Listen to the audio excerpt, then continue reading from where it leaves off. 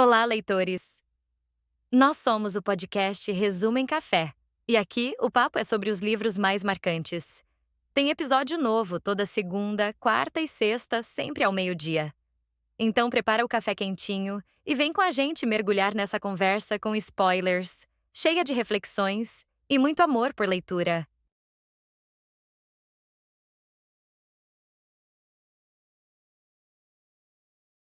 Olá! Hoje a gente vai mergulhar nos trechos de Um Sopro de Vida, da Clarice Lispector. É um livro fascinante, né? E póstumo, foi publicado depois que ela faleceu. E a forma dele é muito particular, assim, são fragmentos, pulsações mesmo. Exato. Não é uma narrativa linear tradicional, né? Não mesmo. O que a gente tem é a voz de um autor fictício, que está ali no processo de criar uma personagem, a Ângela Praline, e as reflexões dos dois acabam se misturando sobre a vida, a morte, o tempo. E o próprio escrever, né? Fica quase um diário duplo. É isso aí. Então, a nossa ideia aqui é explorar um pouco essas reflexões, essa filosofia toda e principalmente essa relação tão peculiar que nasce entre o criador e a criatura. A história deles, né? Sabe? O que é palavra, o que é ser? Através dessa dinâmica, dessa história que ele constrói com ela investiga a fundo a existência e a própria criação literária. E o ponto de partida é o próprio autor, né? A necessidade dele de escrever. Ele chega a dizer: eu escrevo como se fosse para salvar a vida de alguém. Sim. E ele completa. Provavelmente a minha própria vida. É muito forte isso. Tem um medo ali, né? Das palavras, da loucura. Total. E essa tensão é chave na obra inteira. A escrita é, ao mesmo tempo, perigosa, ele fala do perigo de mexer no que está oculto, mas é vital, essencial para ele. Precisa do silêncio, do vazio para criar, mas a criação em si é um confronto. Um confronto com o indizível, consigo mesmo. E é nesse turbilhão, né, de necessidade e perigo que ele inventa a Ângela Praline. E a justificativa que ele dá é muito reveladora. Inventei Ângela porque preciso me inventar. Olha só. Sim.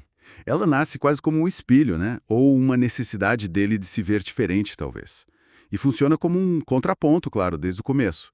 Ele se vê mais sombrio, né? Usa a imagem da floresta espessa e sombria.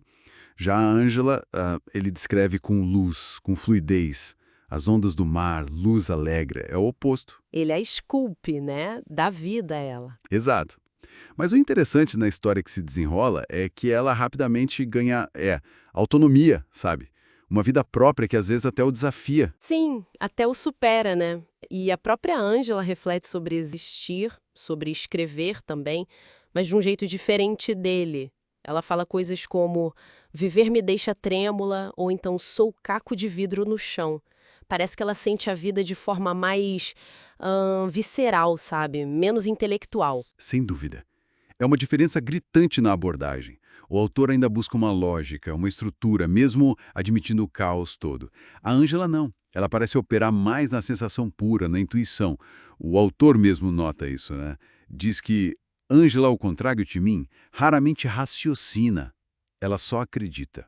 Ela meio que encarna a angústia e a beleza de ser, assim, de forma mais crua, com menos filtro. E essa forma fragmentada do livro, que ele chama de destroços de livro, Isso. acaba espelhando a própria visão de vida dele, né? Minha vida é feita de fragmentos.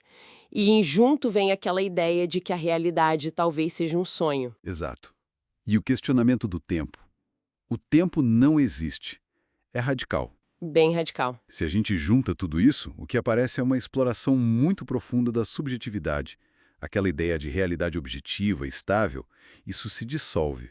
O que vale são as pulsações, os momentos, a experiência vivida, mesmo que seja caótica. E a criação da Ângela, a história deles dois, é central nessa investigação, né? Onde eu termino e o outro começa. Mesmo um outro inventado. A fronteira fica borrada. Completamente porosa. Entre criador e criatura, não tem mais linha clara. E essa relação deles é bem complexa, né? Ele fica observando a Ângela, tentando decifrar. Às vezes até rola um ressentimento ali. Sim, mas ele admite que precisa dela. Chega a dizer que ela é o que ele queria ter sido e não foi. Puxa. E essa dinâmica toda levanta a questão da identidade, né? O próprio autor solta essa. Eu também talvez seja o personagem de mim mesmo. Aí a fronteira some de vez. Quem narra, quem é narrado, não tem mais um ponto firme. É um jogo de espelhos o tempo todo. Então, essa história toda da Ângela e do autor, no fundo, fala dessa instabilidade de quem a gente é. Eu vejo assim. No fundo, esses trechos mostram o processo de criar não como algo separado da vida, mas como um reflexo da condição humana, que é fragmentada, cheia de contradição, sempre buscando um sentido no meio do caos pela palavra, mesmo sabendo que a palavra tem limite, né? E a interação deles dois, essa dependência, essa tensão, é o palco onde essa busca acontece. A busca humana por significado. Bom, para a gente fechar, fica uma provocação inspirada numa frase do próprio texto. Qual? Aquela: nunca te disse e nunca te direi quem sou. Eu sou vós mesmos. Será que, no fim das contas, quando a gente cria, ou mesmo quando a gente lê, não estamos sempre dialogando com partes de nós mesmos, projetadas ali no outro? Nesse jogo de espelhos constante que é existir. Fica aí para pensar. Curtiu o episódio? Então compartilha com outros leitores apaixonados como você. Segue a gente nas redes. @Resumo e Café no Instagram e TikTok. No YouTube e Spotify, procurar por Resumo e Café. Deixa o like, comenta o que achou e indica um livro pra gente trazer nos próximos episódios.